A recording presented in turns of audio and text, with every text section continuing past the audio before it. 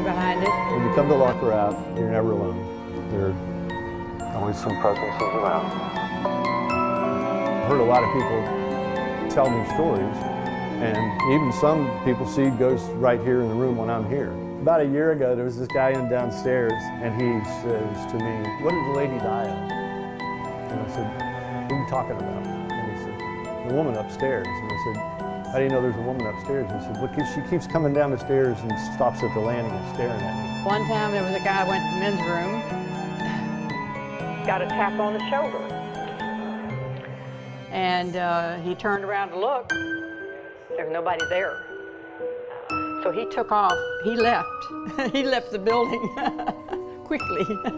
So I've kind of heard everything happens on the second floor. What I've heard about the second floor is that ghosts may not be as friendly as they are down here than they are up there. So There was some people in, and they came upstairs. When they left, they told me there were 5 ghosts up here. Mostly we hear there's 2, a man and a woman. And the woman is alleged to push other women down the stairs. I've heard people shove down the stairs. There's a woman who sings. A little boy bouncing a ball. We're old school because we only take cash. The old cash register still working. It's still working. They're still hand cranking it. Back in time, pictures on the wall. It does feels like everyone's just staring at you from behind. It looks like there's always someone looking at you. And I heard that it was haunted, so I was really excited about a ghost tour here. It's got real charm and real character. That really is it.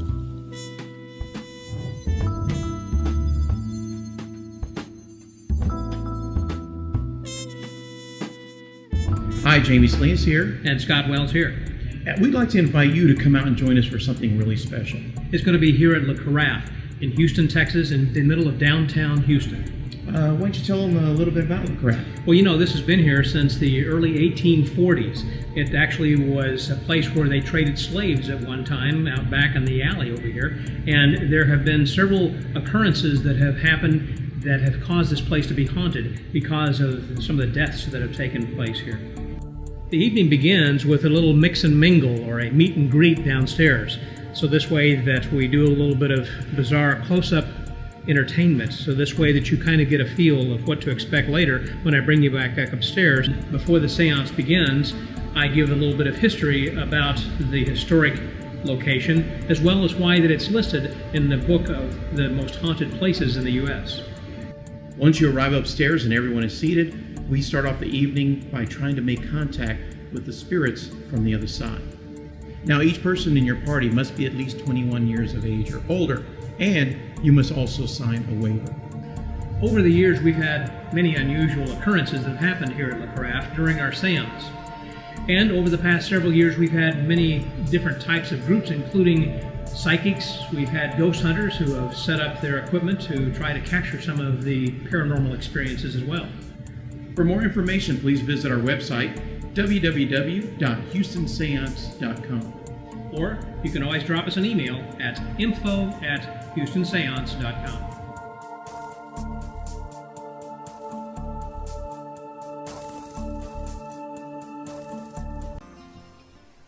A bakery, an arsenal, a bar. Through revolutions, civil wars, and hippie movements, the small building at 813 Congress has stood the test of time. Today, Houston residents know it as La Carafe, one of the city's best wine bars and, depending on who you talk to, one of its most haunted establishments. For decades, though, it was simply known as the Kennedy Bakery.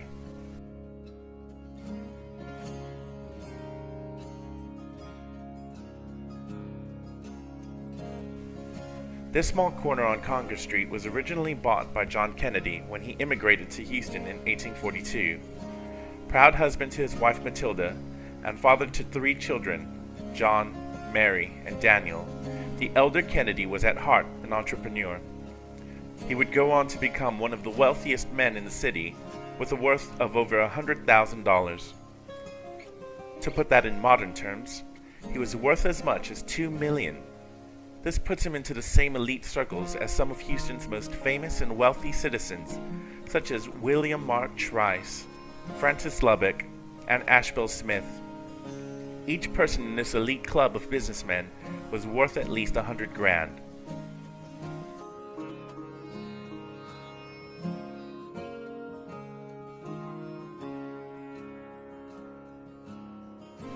John Kennedy's wealth was built on a growing number of business ventures he launched, all centered around 800 Congress Street. He owned all the buildings on the north side of the block, which included the bakery and 2 masonry buildings. Altogether, this strip was known as Kennedy's Corner, but it all began with the building at 813 Congress. It wasn't originally a bakery, though.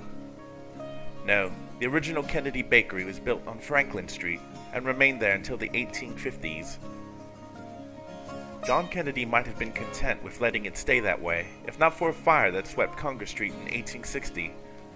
It began at 11 p.m. on a Friday, during a dry August that was forcing the city into a drought.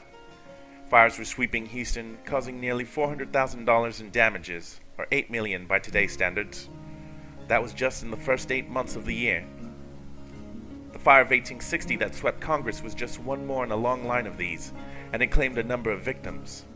It started between the Kennedy Building and the Hoffman Hotel, then passed west. As it fed on the wood for fuel, it grew larger, more severe, destroying Hogan's Grocery and Ruby's Drinking Saloon. It destroyed nearby homes before jumping across Milan Street, eating away at the tenement buildings there, and claiming at least one life, a poor blind man the locals knew as Perkins. Accounts say that others tried to save him, but in the end, it wasn't possible. In the aftermath, the Kennedy Building that had stood on that foundation since 1842 was in shambles.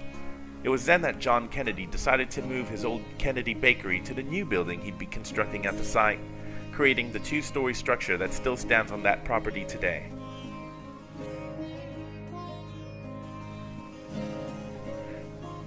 The building wouldn't be finished until the spring of 1861, but that was just in time for the eruption of the Civil War. In a twist of good fate, this turned out to be a good thing for the city of Houston. Refugees from nearby states flooded its streets, and as the war progressed, they brought money and business. The Union occupation of Galveston Island certainly helped to drive even more people to Houston, fueling the Kennedy Bakery operation.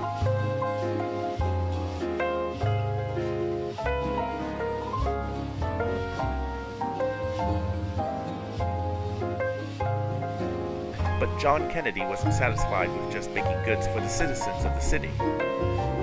It's local lore that Kennedy secured a contract with the Trans-Mississippi Department of the Confederate States of America, producing hardtack, a type of biscuit or cracker. Hardtack isn't difficult to make, nothing more than flour, water, and salt, but it was cheap to produce, long-lasting, just tasty enough. For a business like the Kennedy Bakery, it was easy to produce, economical, and profitable. Still, Kennedy didn't stop there.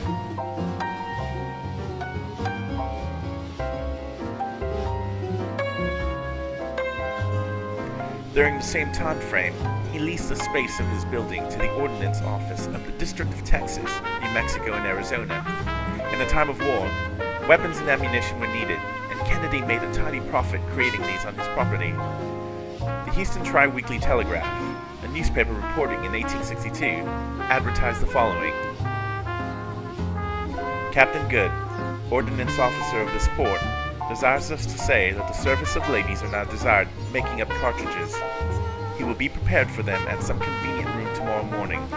What they are desired to do is to cut the paper and tie it to the lead mini balls. The cartridges will be filled at another room, so ladies will need not fear danger from powder.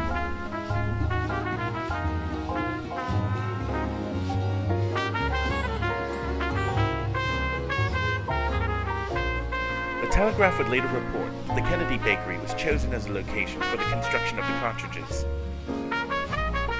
The Civil War couldn't go on forever though, and as it came to its conclusion, Kennedy once again changed up his business. His bakery was moved to San Jacinto and Caroline, where they continued the industry of breads and cakes. Meanwhile, Kennedy's Corner was being rented out to anyone willing to put down the money.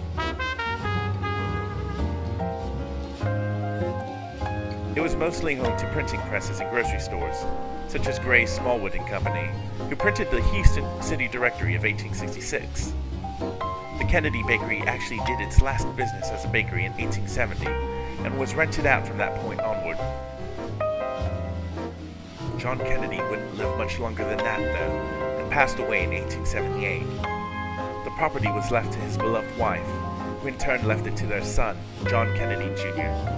For nearly a century, the property would be handed down in the Kennedy family line before being purchased by Warren Trousdale. Trousdale would go on to create the La Croix.